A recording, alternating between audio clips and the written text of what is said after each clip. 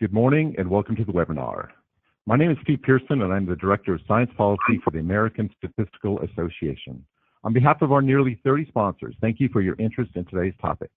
We're pleased to have a distinguished group to comment on the August USDA announcement to relocate the Economic Research Service and the National Institute of Food and Agriculture to outside of Washington, D.C., and to realign the Economic Research Service to the Office of the Chief Economist. Before I turn this over to today's moderator, Professor Scott Swinton, let me take a few moments to thank the many sponsors and cover a few housekeeping details. I'd like to especially thank the National Sustainable Agriculture Coalition and the Association of Public and Land-Grant Universities for their agreement to sponsor and publicize the webinar in the early stages of the idea, allowing us to proceed with the planning. I'm also thankful to the Association of Public Data Users for hosting today's webinar. Let me note you can see more of APDU's events at apdu.org.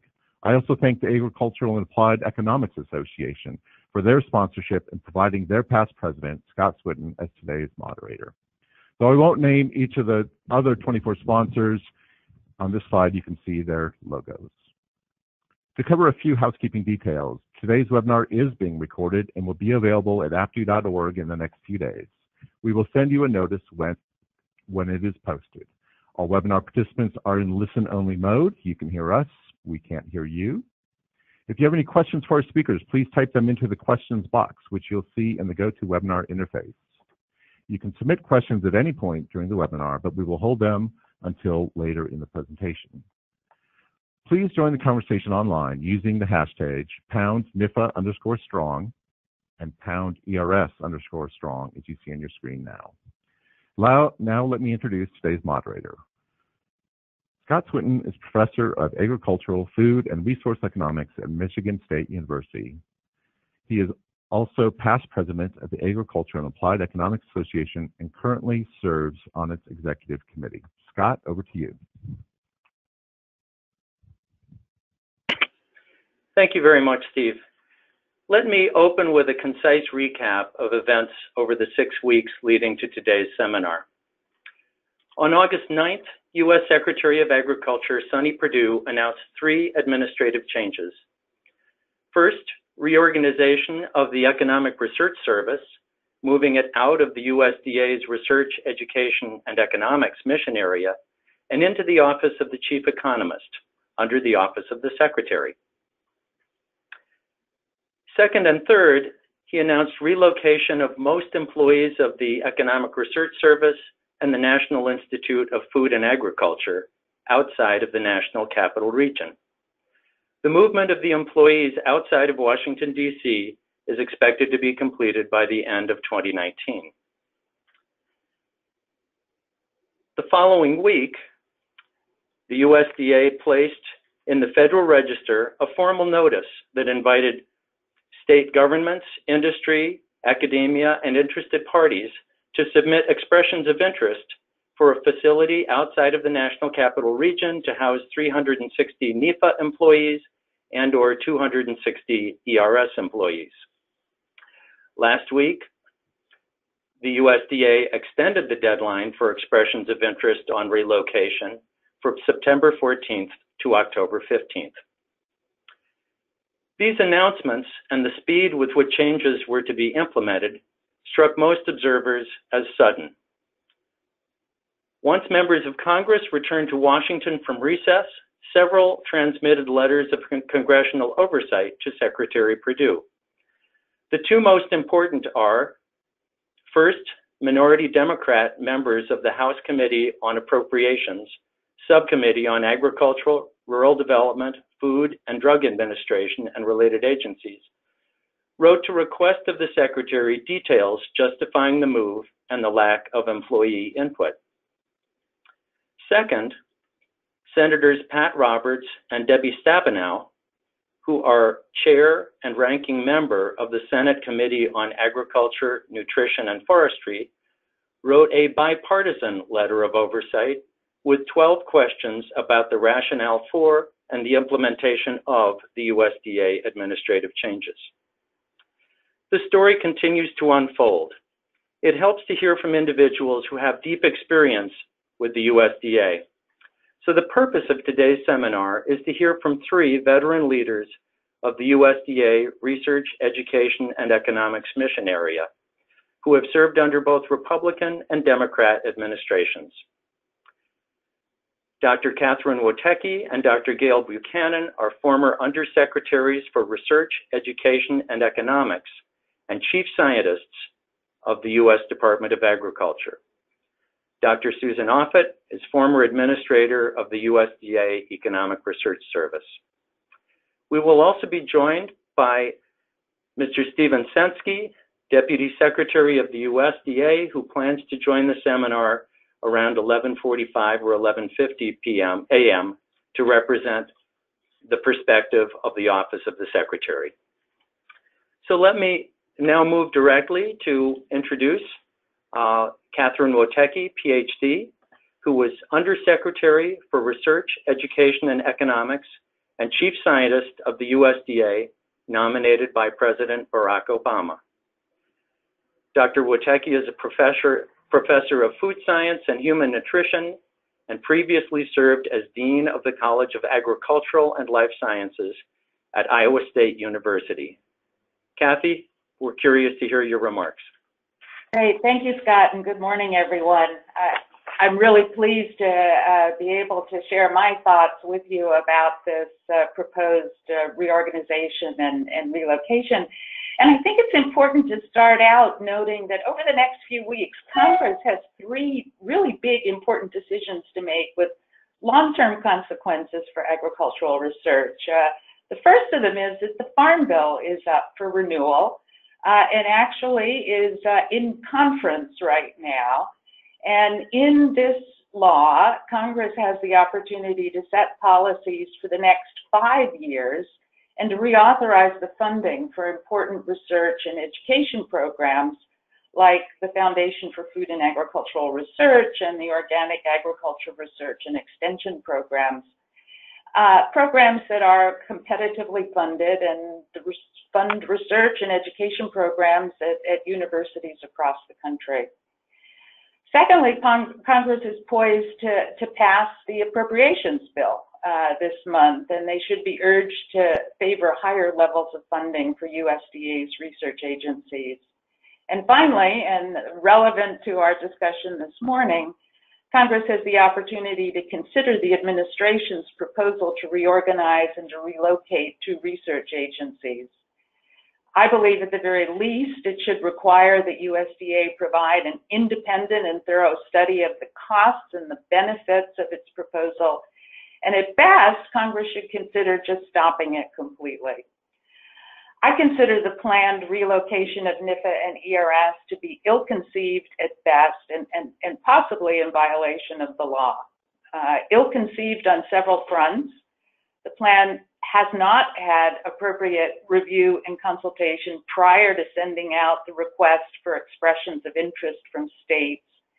And the reasons that were provided for moving the agencies really don't hold water. Senators have asked the Secretary to reveal which stakeholders were consulted before the proposal was made, and so far we really haven't learned anything about that. USDA has always required that any agency reorganization or relocation has to go through a thorough review of the costs, the benefits, the potential effects on employees, and the impact on employee civil rights. None of that appears to have been done. Secretary Perdue has offered 3 reasons why he made these proposals, and based on my 6 years as Undersecretary and Chief Scientist, none of them make sense. Neither NIFA nor ERS experienced any extraordinary issues with recruitment or retention during those 6 years. In the case of ERS, there's a large summer intern program that might make it appear that there's a large attrition, but temporary interns are not permanent employees. And both NIFA and ERS do face a problem, though, that all of the science agencies in the federal government face, and that is that it's hard to compete with private sector salaries and increasingly with academic salaries. and moving the agencies outside the DC area isn't going to fix that problem. The second reason that Perdue offers is that this will place them closer to their stakeholders, and my experience has been that having ERS and NIFA in DC actually makes it easier for them to consult with their stakeholders, and I believe Dr. Offit and Dr. Buchanan are going to talk about that from their perspectives and experience. And finally, the Secretary says the taxpayers will save on lower costs, but there's really no analysis that's been provided for that. So I really view this as an empty statement. USDA has been implementing over many years now a long-term plan to cut down on rented office space. It features renovating the South Building and moving agencies from rented space back into the South Building. In addition, USDA owns other buildings within the DC region where employees might be located, and this plan doesn't seem to give consideration to that. Moving ERS to the Office of the Chief Economist is, from my perspective, illegal because of the 1994 law that reorganized the department and created the position of Undersecretary for Research, Education, and Economics, and delegated to that position the functions and duties as they relate to research, education, and economics. The letter from Senators Roberts and Stabenow also gives credence to this position. Moving ERS, which is both a research and a statistical agency, to report to the chief economist would be in violation of this. And maybe, since we've opened the door to discussion about reorganization, we should discuss transferring some of the chief economist's responsibilities, like the WASD, back to being closer to NAS and to ERS within the research, education, and economics mission area. So finally, Congress has some work to do with regard to this proposed restructuring. Congress has three roles. It enacts legislation, it appropriates funds, and it provides oversight to the executive agencies as they implement those laws and spend the money that's been appropriated. And this USDA proposal actually hits two of those primary congressional responsibilities, providing oversight on the executive branch decisions and making sure that the appropriated money is spent responsibly. So at the very least, Congress should require USDA to provide an independent and thorough study of the costs and the benefits of its proposal. And members of Congress have written to the Secretary asking for that kind of information. I think an independent organization like the Government Accountability Office is one candidate. It's a congressional agency that investigates how the federal government spends taxpayer dollars. Another candidate is the National Academy of Public Administration, which is an independent, non-profit, non-partisan organization that provides management advice to the government agencies. And Congress should delay any USDA decision until this independent review is received and thoroughly reviewed. At best, Congress should consider stopping this foolishness through legislative language in one of the pending bills. So thanks to the coalition of organizations that has organized this webinar today. And Scott, I'll turn it back over to you. Thank you, Kathy, very much. Let's move on directly to your peer, Dr. Gail Buchanan. But before I make the move, let me just remind our audience that if you want to raise questions to be addressed at the end of the webinar, please put them in the question box that you should be able to see on your screen. So it's my great pleasure to introduce Gail Buchanan, PhD, who was Undersecretary for Research, Education, and Economics and Chief Scientist of the USDA, nominated by President George W. Bush. Dr. Buchanan also served as Dean and Director Emeritus in the College of Agricultural and Environmental Sciences at the University of Georgia. He is author of numerous publications, including Feeding the World, agricultural research in the 21st century. Dr. Buchanan, we'd love to hear your remarks. Thank you and good morning. I'm retired, so I speak only for myself. I'm here because I'm deeply concerned about the agricultural research and education program that supports American agriculture.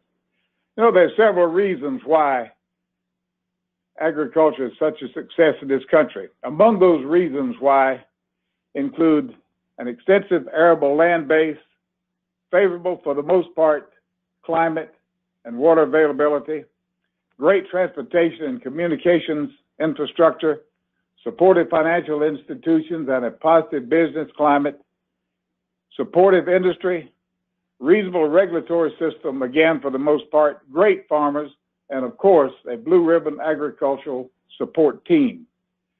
While each of these are very important, the future of agriculture really is dependent upon the research and education system that supports this industry. Across the years, there have been many studies, reviews, and ultimately changes in this research and education system. Invariably, such changes were made to solve a particular problem or to improve the system. Such changes were usually made following a careful study and in-depth analysis. In 1888, soon after the passage of the Hatch Act that created the experimentation system, the Office of Experiment Stations was initiated. It was created to oversee and coordinate the research of the state agricultural experiment stations. This was the forerunner of NIFA today. Well, after a number of changes and reorganizations over the years, it became the Cooperative States Research Service, CSRS. And of course, it morphed into the CSRES, or Cooperative States Research, Education, and Extension Service. Then after much discussion by a lot of parties a few years ago, it became the National Institute of Food and Agriculture. And of course, that is outlined in the 2008 Farm Bill. In light of these facts, I was stunned that such a far-reaching proposal was made to move NIFA and ERS to a remote location from Washington. It appears that such a decision was made without a careful in-depth study or analysis or even seeking input from anybody. In fact, after this announcement came out, I've asked a lot of people and I've yet to find anyone who thinks this is a good idea who's been involved in the system. The Secretary outlines a very commendable goal when he says that he wants to ensure USDA programs are delivered efficiently, effectively, with integrity and a focus on customer service. One can't argue with that goal. But I feel we're pretty close to our customer base already. We have county extension personnel in almost every county in the United States at present. Each state has a land-grant university, and some states have 2 land-grant universities. There's over 500 branch research stations scattered strategically out throughout the United States. And I'm confident every administrative head of agricultural programs has as his or her priority maintaining a close relationship with the customer base.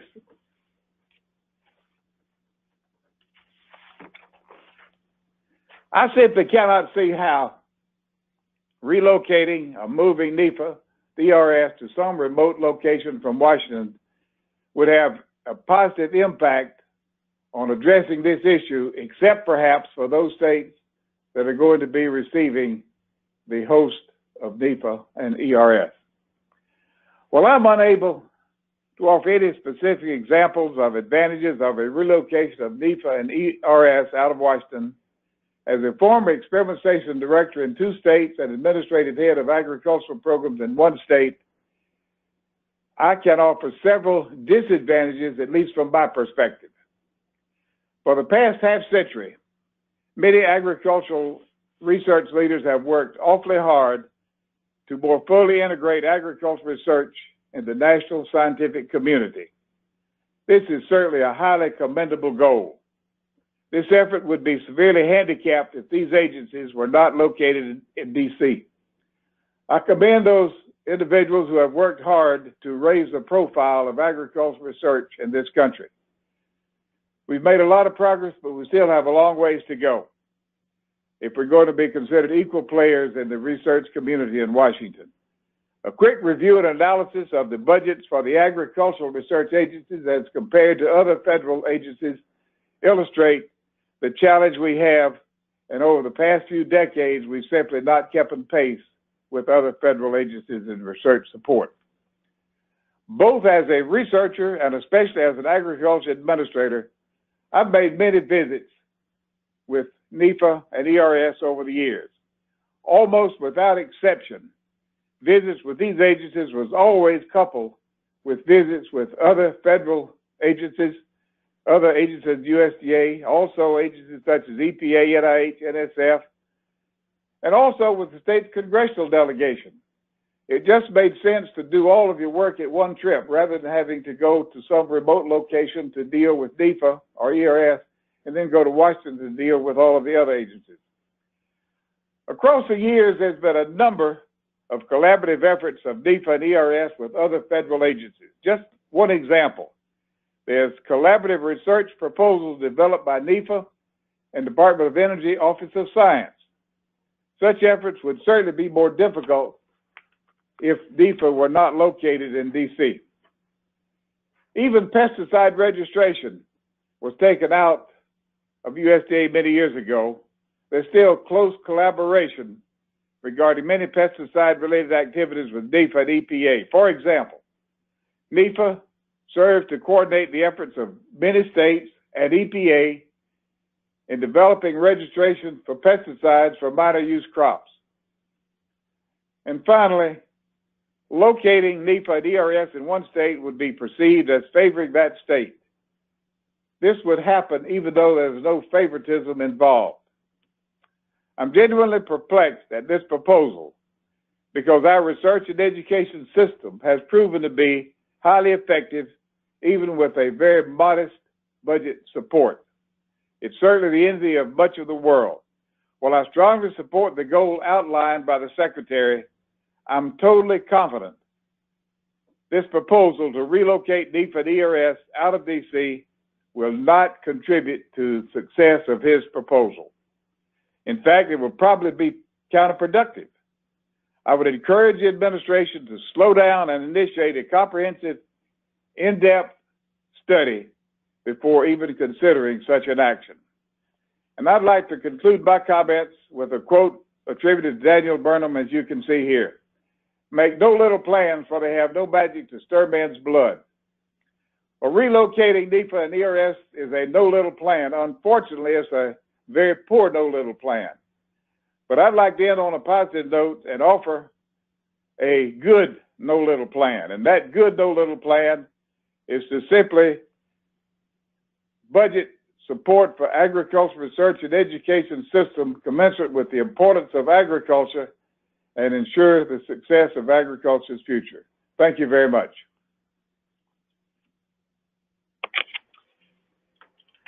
Thank you very much, Gail, for those remarks. We've heard now from two undersecretaries who were in charge of the entire research, education, and economics mission area. I'd like to turn now to a veteran administrator of the USDA Economic Research Service. Susan Offit, PhD, was administrator of the ERS under Presidents Bill Clinton and George W. Bush. Dr. Offit also served as chief of the agriculture branch in the Office of Management and Budget, as well as my predecessor as president of the Agricultural and Applied Economics Association. Susan, we're very interested in your perspectives. Thank you, Scott. Thank you, Kathy and Gail, for your remarks. I'll try to fill in some information about the proposal and the specifics as it will affect the Economic Research Service. There are two parts to the plan. One is relocation, one is realignment for ERS in particular. I think, let me start with relocation. The proposal to move the agency, or most of it, we're not sure how much, outside the Washington metro area, I think this is really an existential threat. There are many staff members in Washington who will not follow the agency if it's moved outside. Why? Well, because their families are established. They often have 2 careers going in Washington. And in fact, that's a recruiting plus for ERS, the fact that it's a vibrant metropolitan area where there are lots of opportunities for families and spouses. So while the department has an estimate of how many people won't go, it seems very low to me. It's something on the order of 40 people. We don't know where that number came from, but I think the loss of staff, they're seasoned, they have very good networks. That's really the existential threat. People are very hard to replace, and it's particularly hard to replace senior people who have been engaged in analysis and outreach for many years. I think the second part of the relocation idea has to do with this notion of customers of the Economic Research Service. The Secretary's proposal identifies as customers as farmers and ranchers. Well, USDA has many farmer-facing agencies, the Farm Service Agency, NRCS, and the like. ERS has never been one of them. ERS is charged with analyzing and understanding national policy. National policy is made in Washington, D.C. The customers of ERS are therefore the people who represent farmers and ranchers in the Congress, the people who run programs in USDA that benefit farmers and ranchers, and the people who represent the interests of farmers and ranchers in Washington. Moreover, farmers and ranchers aren't the only customers of USDA. The food and nutrition community, the people who are concerned about our national feeding programs, people who are concerned about management of natural resources, as well as people who are concerned with economic and rural development. So we have customers all over the country, but their interests are concentrated in Washington where national policy is made. Sending ERS outside the Washington area, as Dr. Buchanan said, is only going to make it more complicated for ERS to interact with the people it works with most closely to advance the interests of farmers, ranchers, citizens generally. So relocation is problematic from many aspects. And I'd also like to emphasize the point that that Dr. Buchanan made, which is we have a land-grant university system which is distributed around the country because the scientists there can answer questions that are specific to the circumstances of each state. We have ERS in Washington because it looks at national policy. Moving ERS out of Washington doesn't improve its ability to give a perspective on national policy. It hinders it, and it duplicates, in fact, what is done in the states. So I don't see much of a justification there. Let me speak briefly about the realignment. Realignment to move the Economic Research Service from the mission area for research, education, and economics to the Office of the Chief Economist, which is part of the Office of the Secretary, is a move away from independence and unbiased policy analysis. The Economic Research Service has been a part of the research mission area for almost 25 years. A very old report is cited 25 years ago. It's outdated. Let's recognize the changes that have come in the past more than 2 decades of adopting processes that ensure the quality of the research and that it's done to disciplinary standards. Those are all something that's been evolved over the past 25 years. The other aspect of change, which we've seen since the reorganization, is that the statistical mission of ERS has become much more connected to the statistical agencies across the federal government. This has to do with data quality, data integrity, and those are really important linkages that would be broken if relocation were to occur. Now that's what we would lose if ERS were to be moved outside the research mission area. To many people, this seems like inside baseball. We're just moving boxes around in a big bureaucracy. Who cares? What difference does it make? Well, it makes a difference because you risk losing the independence and objective policy. The chief economist is located in the office of the secretary because the chief economist's job is to support the secretary in policy making. The undersecretary for research, the job there is to produce objective, unbiased research. It's not a nuance, it's not inside baseball to recognize that both the secretary and the undersecretary are political appointees, but very different jobs. So sending ERS under the chief economist will change the focus on over-the-horizon policy making and policy research and focus it much more on day-to-day activities, which is not to say that ERS doesn't already participate heavily in supporting the secretary as he requires information about the policy options he's considering. So the chief economist has a different job than the undersecretary for research, and moving ERS would confuse the issue of objective analysis, which we think is the job of ERS. The ultimate effect of both relocation and realignment would be to silence a voice for good government. The announcement was a surprise, but maybe we should not have been surprised because the president's budget proposed cutting the agency's budget in half. If we look at the underlying detail with that proposal, what we see is a focus of resources on the traditional farm commodity programs. That's an important part of the ERS portfolio for sure, but that budget proposal would also have effectively eliminated work on food and nutrition. It would have eliminated work on natural resource and environment issues and also rural development. You have to wonder whether the combination of moving the agency outside, losing staff, wouldn't effectively achieve those ends by another means. We don't know what the purpose of the leaving staff in Washington is, but it would appear that it's to bolster the commodity work that's done in the office of the chief economist. Again, we can't be sure because all we have is a one-page memo from the secretary that makes statements that we can't understand well. So I second the call for the need for an independent analysis to sort all this out. Otherwise, we can only speculate. And unfortunately, the evidence that we have that we use as a basis to speculate leads us to suspect that this is a move that is intended to still the voice of ERS as an independent and objective agency and to reduce its service to its customers to a small segment, an important segment, but only a segment of those it's intended to serve. So thank you very much. Thank you very much, Susan.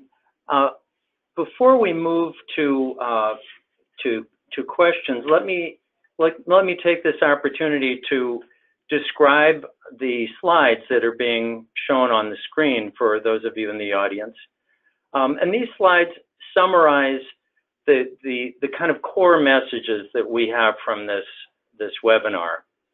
So the first is a set of recommendations for the USDA that the USDA should delay any further actions on relocation until questions raised by Congress and stakeholders can be addressed.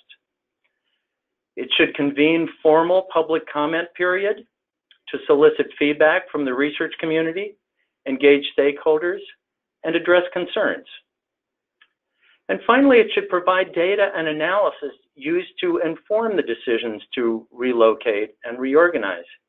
We've heard several questions raised about the validity and justification for those changes.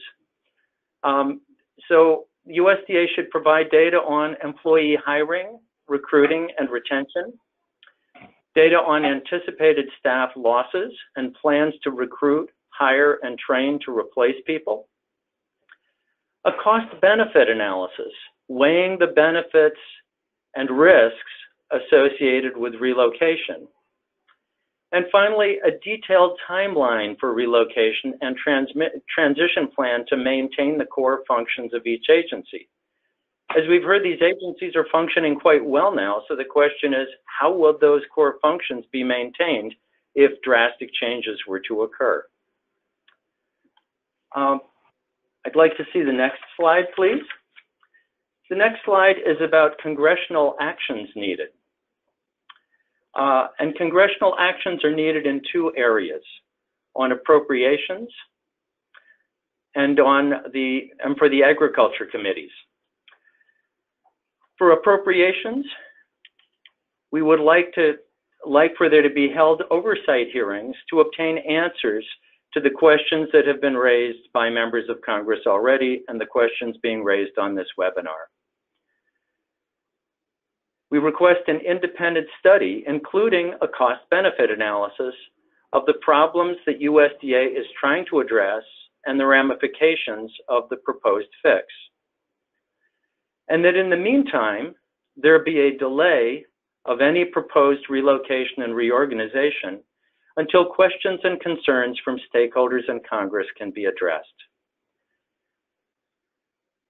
And that delay should be supported by withholding any further appropriations for relocation expenses and the denial of reprogramming requests to cover relocation expenses. Separate from the appropriations process is the authorization process. And that is managed by the agriculture committees in the Senate and the House. And these are the kinds of topics that come under the Farm Bill. So there should be oversight hearings to obtain answers to the questions that have been raised here and by the bipartisan letter by Senators Roberts and Stabenow.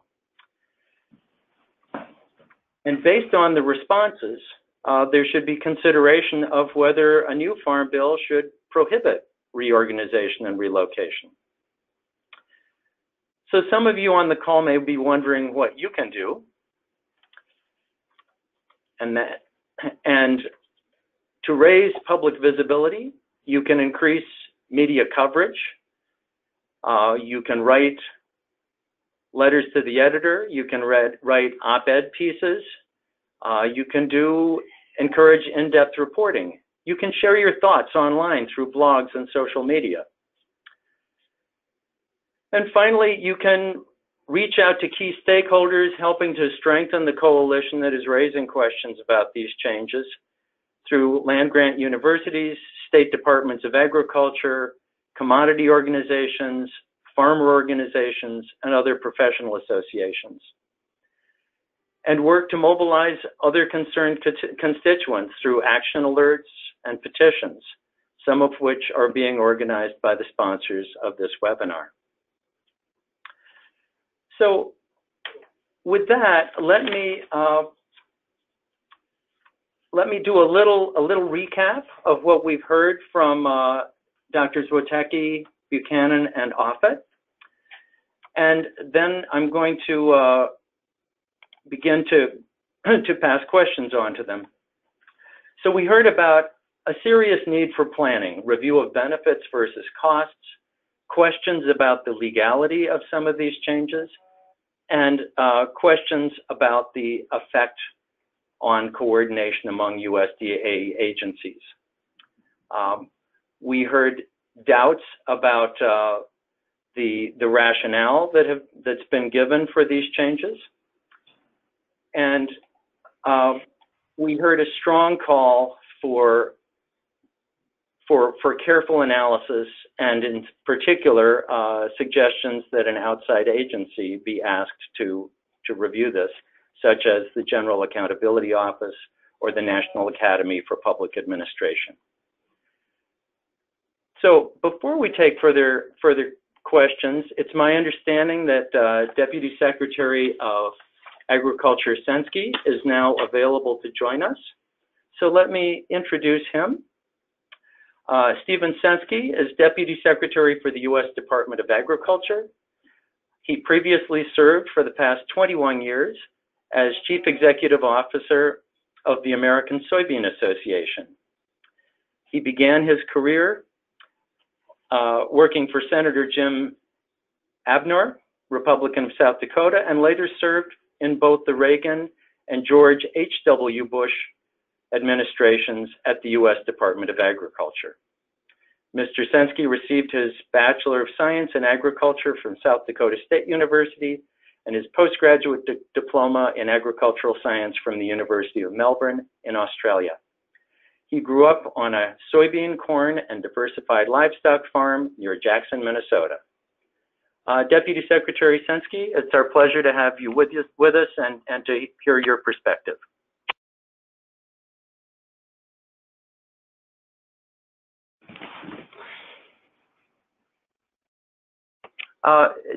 provide a little bit of background and some context for some of the decisions that were made that went into this announcement, but also to hear the perspective, and apologize for being able to just jump on now. As you know, came from a meeting that was among the deputies over at the White House, so was unable to join earlier, but thanks for this opportunity to join now. What I thought I would do, if that's all right, Scott, is just to provide a little bit of background on both of the decisions, and then participate however you wish after that, answering any kind of questions or however you wish to proceed. Probably would start out, and let me first address both the decision on the realignment of ERS and putting that under the Office of the Chief Economist. And that decision really stemmed from, as we looked at our program of work, ERS, obviously ERS does excellent work and is something that we want to not only protect, but is something that we want to enhance as we move forward. But one of the observations that we had made is that we believe that ERS would benefit from, and the department would benefit by having a realignment of having ERS there underneath the Office of the Chief Economist, operating as a separate standalone agency with all the protections that it does now as an official statistical agency, but being able to, so that their work is better able to inform the policy decisions that are made at the department level, so that the Office of the Chief Economist, which also deals, as you know, with the policy decisions, would be able to probably help provide information to ERS so that it can do the long-term work and make sure that it's focused, that its research that it does is relevant for the policy issues that need to be analyzed, and that we need good, solid information needs to be brought to bear. As you know, and I don't know whether this was discussed earlier, that kind of those conclusions align very much with a National Research Council report that was done in 1999. And this was a Research Council report that was requested by ERS to take a look at the structure and the management of ERS and to see how it could be made even more effective.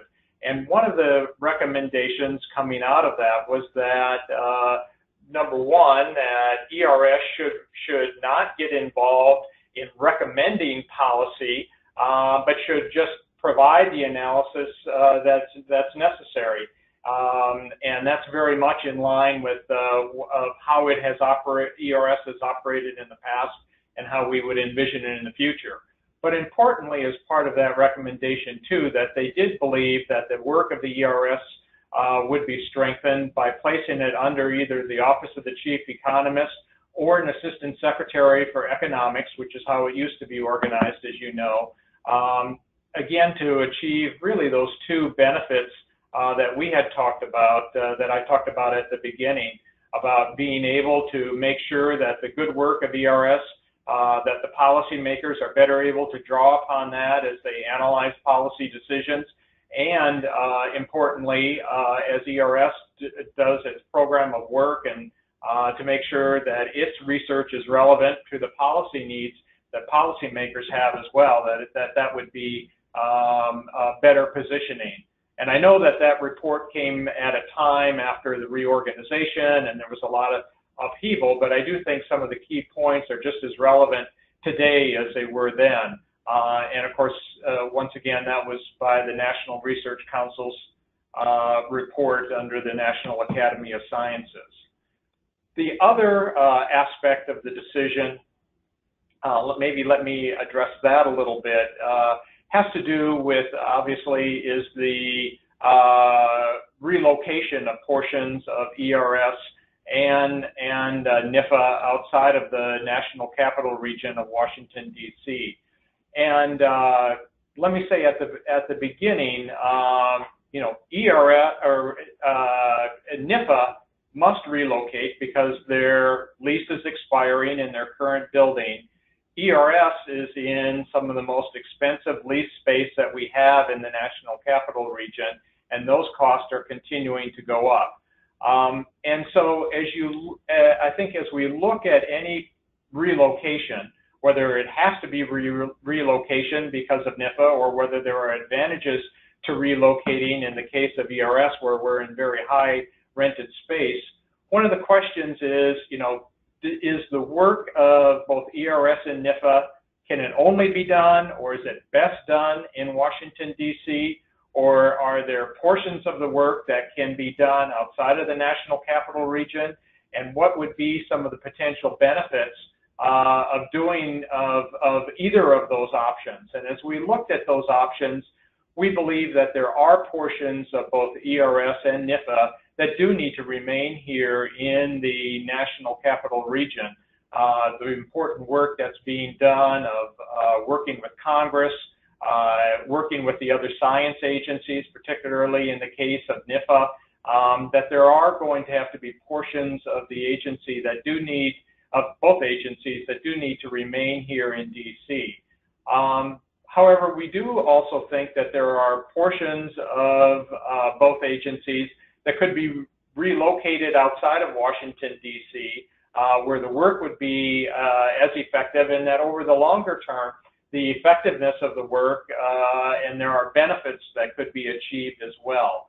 I mean, and you've seen, and I think the folks participating in the webinar are familiar with some of those, but that, we do believe, again, that there are savings that can be achieved in terms of rent and personnel costs.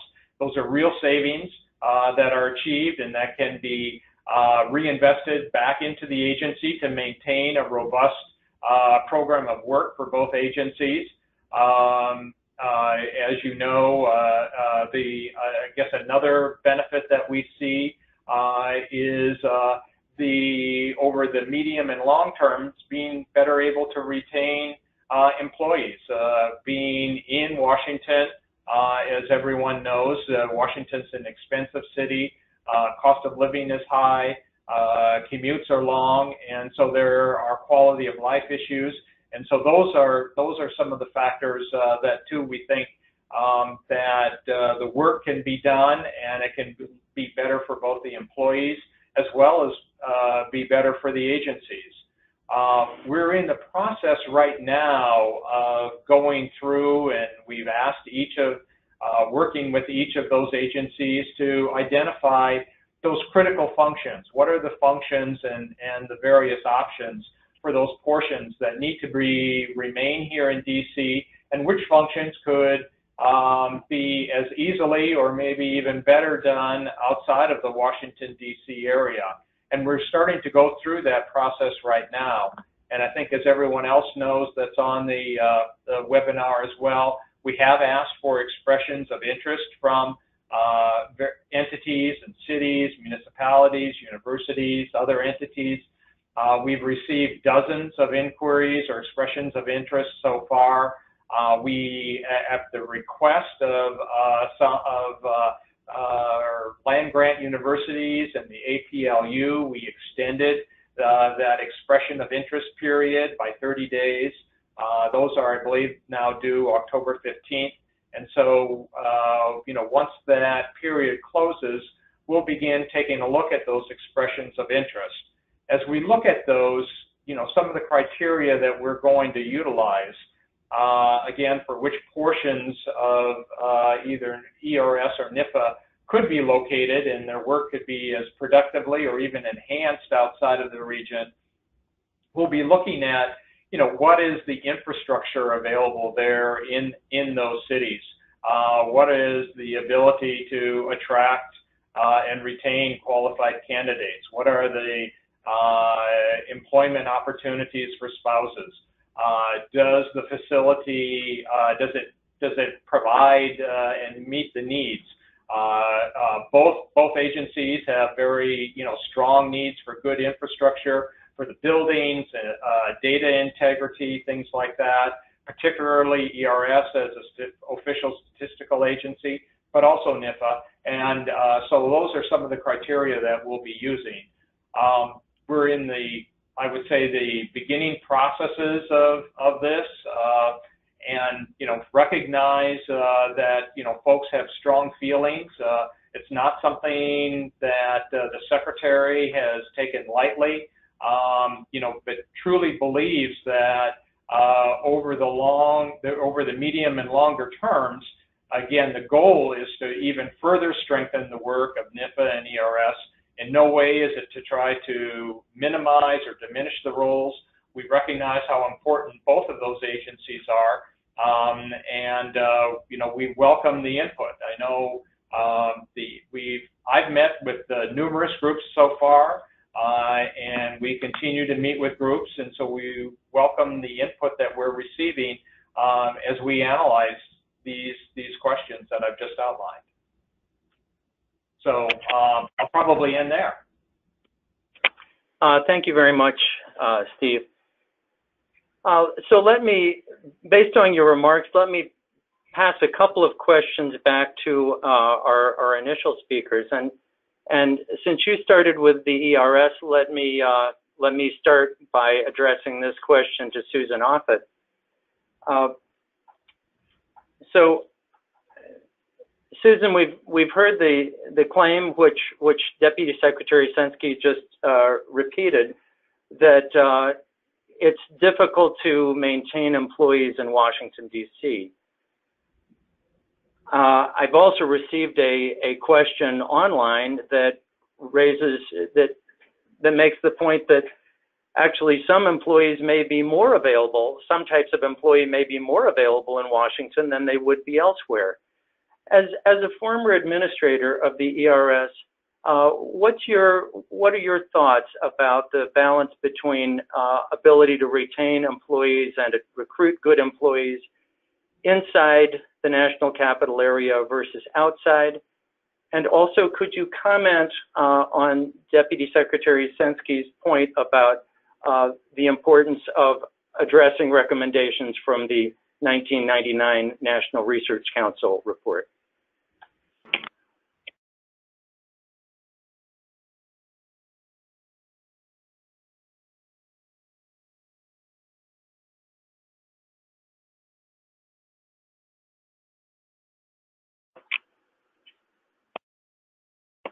Susan, please unmute. Am I unmuted now? Okay. Yes. So what I said was, Steve, thank you so much for joining us. We appreciate your taking the time. I know you got a lot on your plate and you're busy, but this is very helpful. So the question of having ERS in Washington, D.C. And its attractiveness as a place to work. Number one, I would point out that ERS is identified within USDA as the #1 agency, the best one to work at. So certainly there's no dissatisfaction within the agency with the current working environment. But to answer the question, the broader question, you want to look both at data on recruitment and on, as the department has suggested, attrition. Recruitment, we have always found that being in a metropolitan area, a vibrant one like Washington, D.C., has been a big advantage in recruitment, particularly #1 for people with 2-career families, but also because of the quality of education and the cultural resources, and quite frankly, the infrastructure. Yes, commutes are long, but with telework, which unfortunately has been restricted lately, and a metro, people are able to make it work, and they find it's flexible. So we don't find any difficulty in recruiting to Washington, D.C. I think my land-grant colleagues would tell me that it can be problematic to recruit to many land grants which are isolated from metropolitan areas, but again, that's something that data can be had on. Then the other question is, well, once people get here, are they leaving the agency because they're unhappy? Well, the attrition rate, as I understand it, if you take out the interns, who of course have a 100% attrition rate because they leave at the end of the summer, is that the attrition rate for ERS is quite comparable to that for USDA as a whole. But my experience over the years has been that when people leave ERS, they very often go to other parts of USDA. And that essentially makes ERS the farm team for policy offices and the program agencies throughout the department. In fact, the chief economist is an ERS alum. So I think we need to know where people are going. Number two, they may very well not be leaving the Washington area. Economists have a lot of opportunities in Washington. In fact, in other federal agencies, the Office of Personnel Management has designated economists as being in critical shortage. So, this question of the attrition rate needs to be augmented by an understanding of where people go when they leave. So I think we are, the jury is out on whether it's hard to recruit and whether it's hard to retain at ERS. My sense is that it's not hard to recruit and it is not difficult to retain. Let's see, the other question was about the move to the, what was the other question, Scott? No, I forgot. It was about the relevance of the 1999 NRC report for actions now. Yes, thank you. Well, I commissioned that report. Now I'm sorry, I did it, but not really. I commissioned that report just after I became administrator because ERS had gone 3 years without leadership. There had been a major reorganization. And the point of the commissioning of the study was to ask for how to run a social science agency according to quality disciplinary standards. Much of that report is about how to review reports, how to do report, and all those recommendations have subsequently been incorporated into practice. There was an aspect about reorganization. That was still a sore point. Now, I was not in the administration when Secretary Veneman made the decision to reorganize, so I can't explain that. But I can explain the sense that there was change coming for ERS and outside constituents thought that was a bad thing. But let me tell you, in the 25 years since ERS has been part of the research mission area, things have changed. It's become a much more, it has rededicated itself, let's say, to doing disciplinary work and to doing it according to high standards. We've adopted practices that are used in research agencies, in universities, and in elsewhere in the federal government. The other aspect of that has to do with the ability of ERS to interact with statistical agencies. This has very much changed from those decades ago. So that report, while it was a useful benchmark and it was a useful guidepost for the future, is now 25 years old.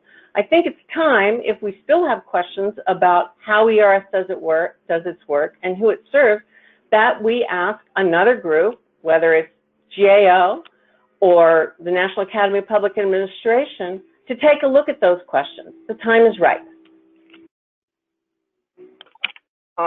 Thank you very much, Susan. I'm getting a number of great questions online, and let me jump to one of those that is coming from both Tony Bishop and Helena Bottmiller Bishop, and this is addressed to Deputy Secretary Sensky. There are a pair of questions. First, is conducting a cost-benefit analysis a reasonable thing, and would the Secretary's office be prepared to do that before moving ahead? And second, is there a plan to move other USDA agencies out of Washington, D.C.? Sure, thank you for the questions. In terms of the cost-benefit analysis, we did do a preliminary cost-benefit analysis, taking a look at that. That's something internal that we used to even kind of, as we were making the decision of should we even pursue this. And it is, taking a look at, what is our cost, what are our costs for rent here in the DC area, what would be our costs if we go someplace else. Obviously, the costs going someplace else for portions of either ERS or NIFA are going to depend on what kind of expressions, what comes back from the expressions of interest. So we will be completing, a very, I think, detailed cost-benefit analysis as we look at this and make decisions on moving forward So yes, we will be completing that. In terms of plan to move other agencies outside of the Washington, D.C. area, no, we don't have any other plans right now. Again, well, first of all, as folks know, around 91% of employees are located outside of the Washington area. But number two, as I started off in my remarks, kind of what prompted an examination of this is, number one, NIFA needs to relocate. They're in rented space and the lease is expiring, and so that is appropriate to ask the question, all right, where is the right location for portions of NIFA? Should they all be located here in the DC area? Could parts of NIFA be very successful outside of the DC area as well? And then with ERS, again, they're in some of the highest rented space that we have. Thank you very much, Steve. Let me actually take the point about the deadline that's posed by the end of a building lease in Washington, D.C. And let me ask Gail Buchanan, as former Undersecretary of REE, for his thoughts about what kinds of factors should be taken into account in moving an agency to another part of the country, and the relative importance of a building lease in doing that. Just in my career lifetime, we've moved NIFA or CSRS or CSRES has moved 3 times from the 14th Street location to the Aerospace Building to Waterfront. And the Deputy Secretary pointed out the cost, and he only talked about the savings to USDA. But in any kind of relocation, you've got to consider the total picture, and this is what economists do so well. It's going to be a tremendous cost to all of us out in the States because we have to have multiple visits to get our work done. So a good economic analysis of cost benefit is going to be certainly more than just what are the savings to USDA. And I would be the first to admit that there's probably some cheaper space in the DC area. I don't know that. I'm not a real estate person, but I'm sure Waterfront is a very wonderful location, but maybe we don't have quite as good a location. I know that the National Science Foundation has relocated because of cost, I've heard, and so I think we probably could see that kind of decision made with NIFA. But I would certainly hope that an in-depth analysis is done. And one of the things the Deputy Secretary said, he raised several questions that reflect that we really haven't done the kind of study to make this kind of decision in the first place. So I'm deeply concerned that we do a thorough analysis and study and get input, not just from people in DC, but people all over the country that has impact and studies and works with the agencies. Thank you very much, Gail. Another question that's come up online, and this is for you, Steve, is you've asserted that the intent to retain senior staff of NIFA and ERS in Washington, D.C. Have you determined how many people are needed? And so let me just leave it at that. No, we haven't determined that, and that's kind of the process that we're going through now. Again, as I started out some of the remarks, again, what we're looking at is relocating portions of both ERS and NIFA. We're very much open to the input, and I think Dr. Buchanan, has an excellent point, and so we do want to hear from the stakeholders. We do want to hear from the stakeholders from both NIFA as well as ERS, and again, I know that we're very open to receiving that input and take this webinar today, as well as some of the other meetings that we've had, and more meetings that we're willing to have to get to receive that input as we examine these questions. No, we have not determined that. We're going through that exercise now within the agencies of taking a look at, at function by function, and which ones are best performed in DC, which ones can be equally performed or perhaps performed even better outside of DC. And so, again, we haven't made any of those conclusions yet. Scott, this is Kathy Woteki. Can I jump in a minute? I was going to invite you to do so. Great. I just wanted to point out, I've worked in large organizations, universities, at the Department of Agriculture, Department of Health and Human Services for a while, and at a major corporation, and all of them have long-term plans for their capital infrastructure.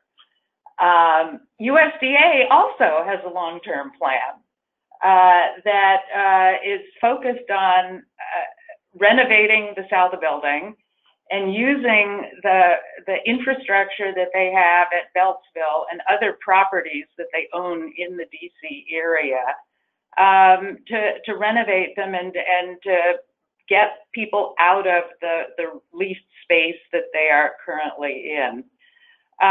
So I just want to point out that this proposal is one that has come up very quickly, apparently without consideration of those long-term plans. And it's another reason why we need to take a closer look at and have an independent review of this decision. Kathy, thank you very much. We're past the noon hour now, and so we're going to need to draw this webinar to a close soon.